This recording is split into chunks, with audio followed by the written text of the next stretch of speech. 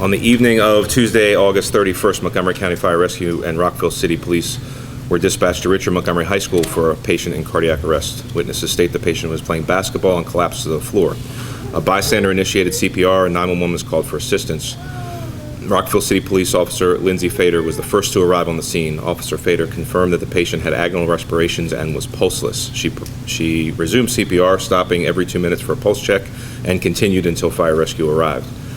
Upon the arrival of paramedic engine 703 and medic 723, the crews worked together to reassess the patient. Ventilations were assisted via bag valve mask and an AED was applied. The patient's initial rhythm was V-fib.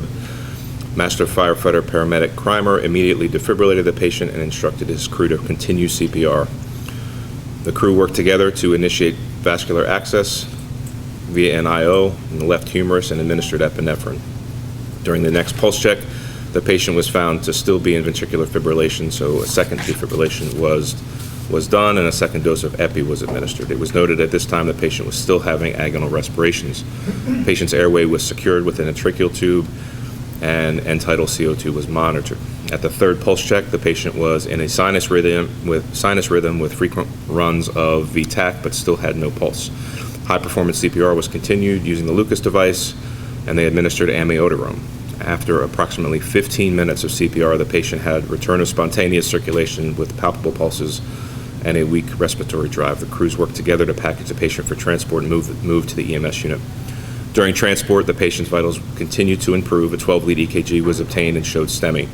The paramedics consulted with Shady Grove via EMRC and notified the staff of the incoming STEMI and transmitted the EKG.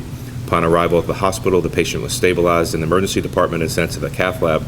He was found to have an LAD occlusion and 2 stents were placed. The patient was moved to the ICU where he was closely monitored. Thanks to the immediate bystander CPR, early activation of 911, and the quick and capable actions of Officer Fader and the teamwork skills and knowledge of MCFRS crews on the scene, as well as the incredible staff at Shady Grove Hospital, the patient was discharged home neurologically intact on September 9th, 2021. Nice job.